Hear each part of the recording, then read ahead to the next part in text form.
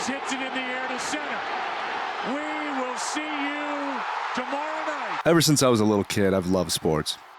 Doesn't matter what sport it was, I just wanted to play it and master it. Baseball, basketball, football, badminton, ping pong, Turkish oil wrestling, you name it, I was there. But there was one sport I could never get good at, no matter how hard I tried. Soccer. Maybe I have two left feet. Maybe I just like touching balls with my hands. I couldn't get it down. Now, I know this is purely an American thing. You just really don't get how big soccer is everywhere else. Not that there isn't a love for the game in the States, but I've been to many different countries, and soccer over there is... well, you really don't know until you've been to a stadium filled with fans, jumping up and down, shaking the earth beneath them, screaming, singing in a deafening chorus. Soccer isn't a game to them. It's lived, breathed, and bled. But still, I just couldn't wrap my head around the sport and its intricacies. That is, until I started playing a certain soccer game on the GameCube.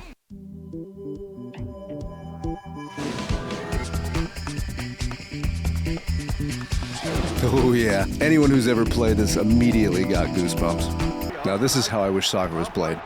No free kicks, no penalties, no flopping, people being set on fire. It's perfect. Sega Soccer Slam was developed by Black Box Games, which also developed the super slept-on NHL Hits, as well as Skate, and released in 2002. I have super fond memories of this game. I remember coming back from school, eating a peanut butter sandwich with Doritos, and playing this game till like midnight. Now, why did I enjoy this game so much, even though it's a soccer game? Well, things like this, and this, this. Oh, and don't forget this. Singing songs about that. I've never really cared for like simulation-type sports games, since I could just play those in real life. I always was more drawn to the arcade-feeling type sports games like MLB Slugfest. That's how you take one for the team. And he is heading to the mound. Ouch! Ah! Well, you can't say you didn't ask for NFL Blitz. I want to pass it there. Want to fight? Come on. Those type games. Also, side note, but I gotta mention the music video and song made specifically for Slugfest.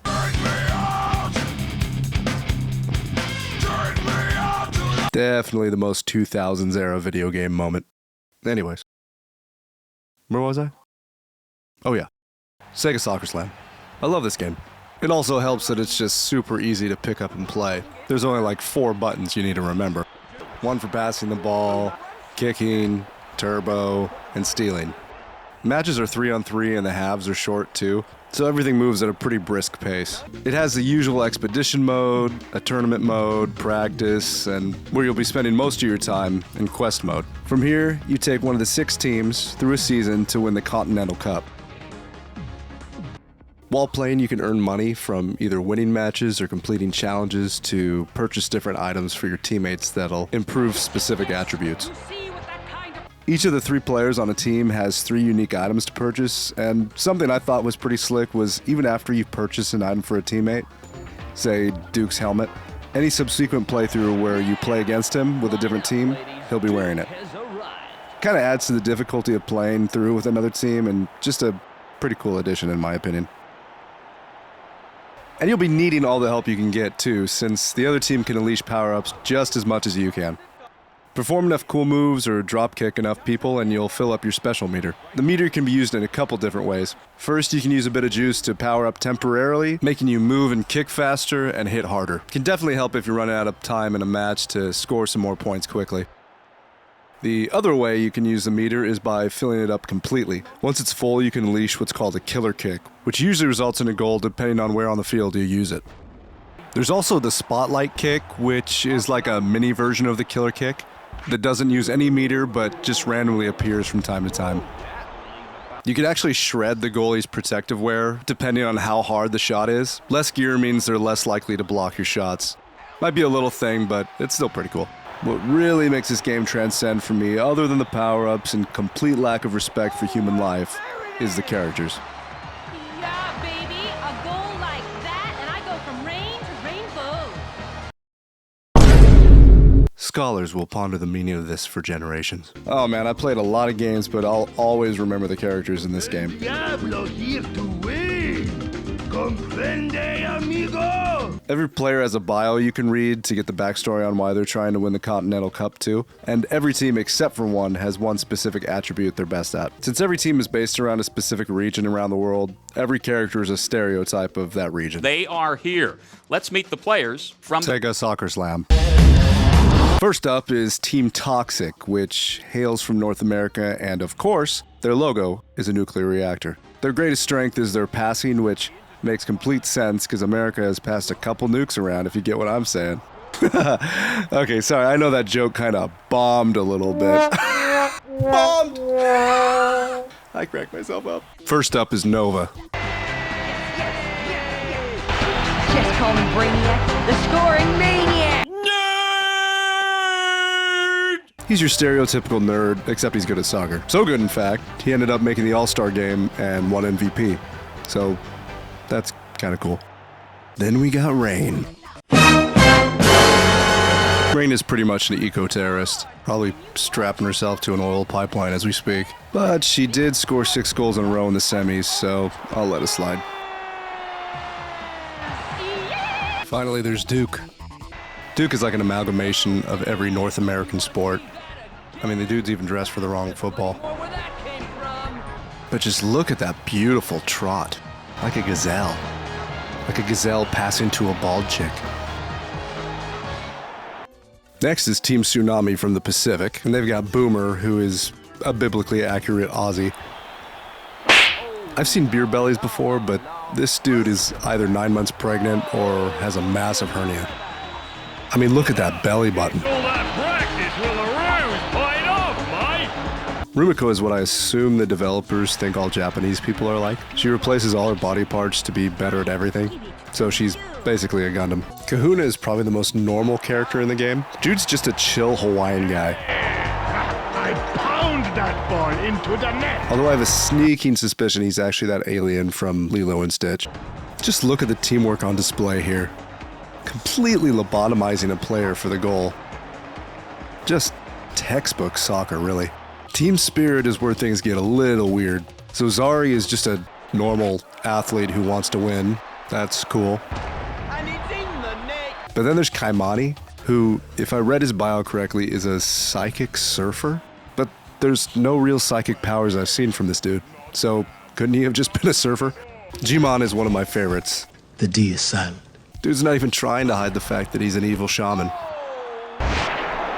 The last team I played disappeared without a trace. Next up is Team Volta. Having been to Italy before, I can say with 99% certainty that this is what most Italian men look like. Next up is Angus, who I'm sure is based on one of my ancestors from Scotland. I probably have a long-lost cousin who looks and sounds just like him. Ah, 'tis a great day for a bonny scrap. Arsenault is the worst character in the game because he's French and loves poodles. I do enjoy watching him get smacked around, though. Next team. From South America, you got El Fuego. For those who don't know, El Fuego means the fire. Madeira really took the name to heart. Let's get 100 goals. You can tell Rico is good at soccer because his hair looks like a soccer ball. Also, he's the Crimson Chin. El Diablo is a luchador who probably eats babies. El Diablo, one smoking tamale. Look at him. That's the face of a baby eater. And finally, we have Team Sub-Zero. I used to think Lolo was hot, That was just for you. until I realized she looks suspiciously like the aliens from the song Blue. Kirill is just your typical Russian. Score for Mother Russia. And last but not least, we have Half Pint. Half Pint is what I assume everyone from London looks like. Come and get it. Just look at that little gorilla run. The only thing that can make him a better stereotype is if he had something to stab people with. No way! You just can't make this stuff up.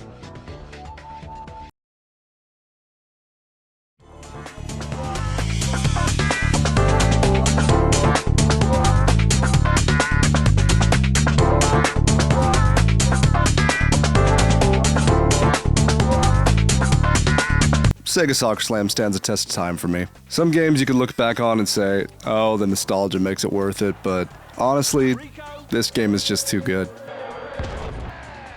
From the character designs to the flashy moves, this game is just not talked about enough. One thing I recently found out was that the PS2 and Xbox versions added 3 new teams and 9 new players to unlock. That kind of pissed me off. Poor GameCube got the short end of the stick with this one. Would love to see a sequel, but considering where the world is right now, I doubt we would see all the stereotypical characters represented with so much humor. Which sucks, because that's the best part.